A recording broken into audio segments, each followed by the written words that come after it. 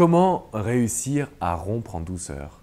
Bonjour à tous et bienvenue dans cette vidéo. Je suis Alex Cormon, votre conseiller sentimental. Alors d'habitude, je fais plutôt des vidéos pour vous aider à récupérer une personne après une rupture, mais il m'arrive parfois de coacher des personnes qui me disent « Alex, je ne suis plus assez épanoui, mais je ne veux pas faire de mal à cette personne. Comment rompre en douceur ?» Et mon premier conseil va sûrement vous choquer. Mais je veux absolument que vous disiez la vérité. Même si elle est difficile à entendre, il faut absolument que cette personne ait conscience de ce que vous lui, entre guillemets, reprochez. Il faut absolument que cette personne ait conscience de ce qui vous dérange dans cette histoire. Si vous gardez des choses pour vous, vous allez en souffrir. Si vous ne dites pas exactement ce qu'il se passe, cette personne va s'accrocher, va essayer de comprendre, analyser et c'est comme cela que vous allez le ou la faire souffrir.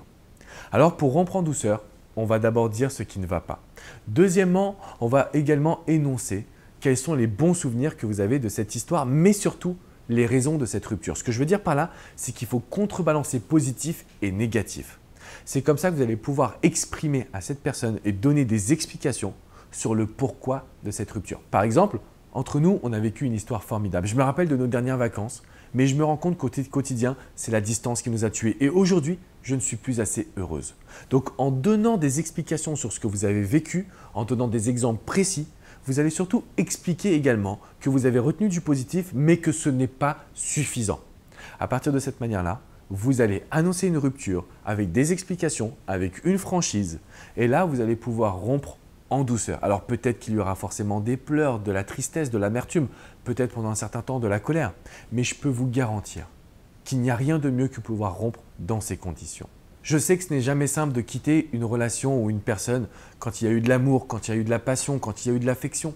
Mais ce que je peux vous dire aujourd'hui, c'est que quand vous prenez cette décision, c'est parce que vous n'êtes plus assez épanouis ensemble. Et donc aujourd'hui, au travers de cette situation, de cette globalité, vous allez pouvoir prendre le contrôle de vos émotions, ça c'est le premier point. Vous allez pouvoir prendre le contrôle de votre vie sentimentale, c'est le deuxième point. Et pourquoi pas vous ouvrir, dans le troisième point, la porte à une nouvelle histoire avec cette personne ou avec une autre, mais vous allez pouvoir être franche, poser des mots sur ce qui n'allait pas et ça, c'est le meilleur moyen de rompre en douceur. De mon côté, je vous dis à très bientôt. Je vous souhaite vraiment tout le bonheur en amour. Si vous avez des questions, n'hésitez pas à me les poser dans les commentaires. Vous pouvez également vous abonner à cette chaîne. Vous recevrez toutes mes vidéos directement dans votre boîte email. De mon côté, je vous dis à très bientôt les amis. Ciao, ciao.